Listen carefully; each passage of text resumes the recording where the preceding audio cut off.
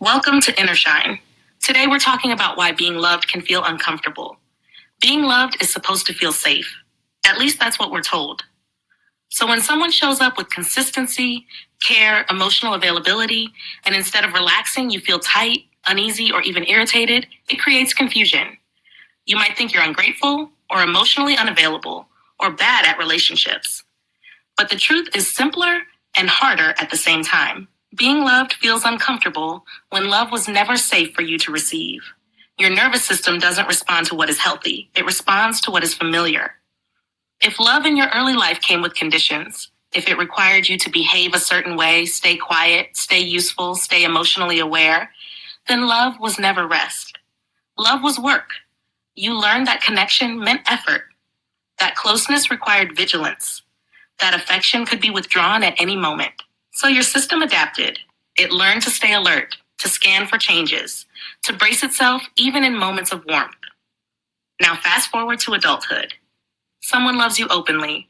They don't play games. They don't pull away to create desire. They don't make you prove your worth.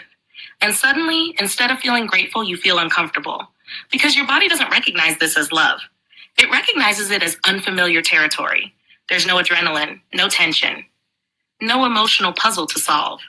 And without realizing it, your system asks, where's the danger? Where's the cost? What am I supposed to do to keep this? When nothing is required, you feel lost.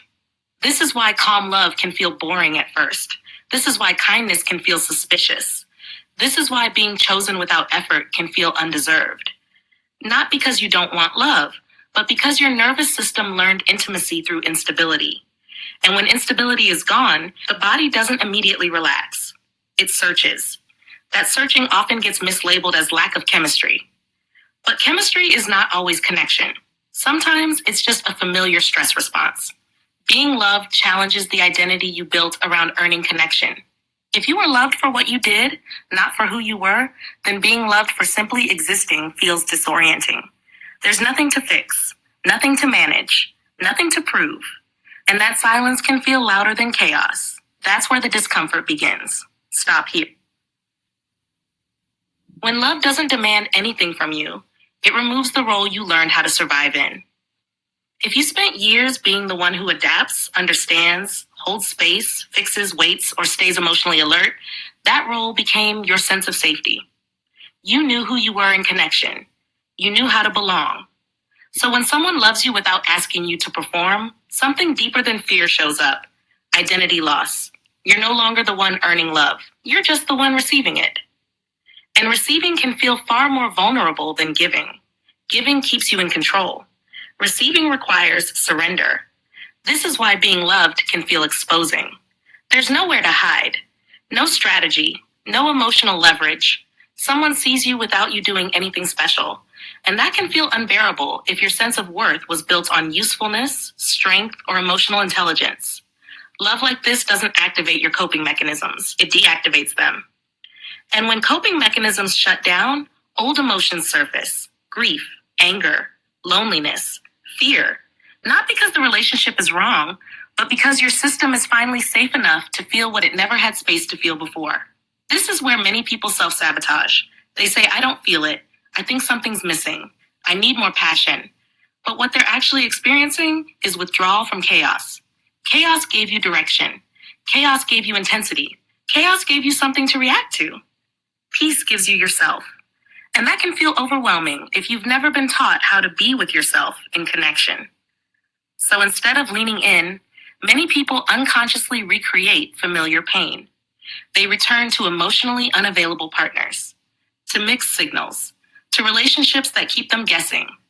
Not because they enjoy suffering, but because their nervous system equates suffering with intimacy. Being loved disrupts that equation. It forces a question most people avoid. Who am I when I'm not trying to be enough? That question alone can make love feel threatening. Because love doesn't just offer connection, it asks you to let go of who you had to become to survive. And that letting go feels like loss before it feels like freedom. Stop here. When you finally allow yourself to stay where love is steady, something subtle but profound begins to happen. Your nervous system starts to relearn safety. At first, this doesn't feel peaceful. It feels awkward. Quiet feels too quiet. Stability feels flat. You keep waiting for the moment where things fall apart. But slowly, your body realizes there is nothing to brace for. And that's when the real work begins. Because being loved doesn't just heal wounds, it exposes them.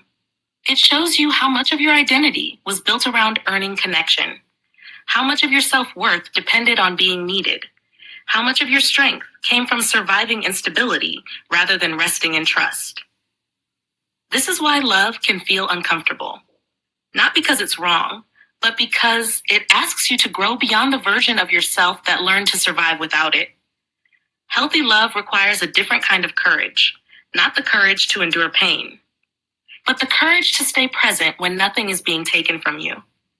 It asks you to tolerate calm, to tolerate being chosen without proving, to tolerate being seen without performing. And most importantly, it asks you to believe that you are enough, even when you are not trying. If being loved feels uncomfortable, it doesn't mean you should run. It means your system is adjusting. It means you are learning a new emotional language. Discomfort here is not a warning sign.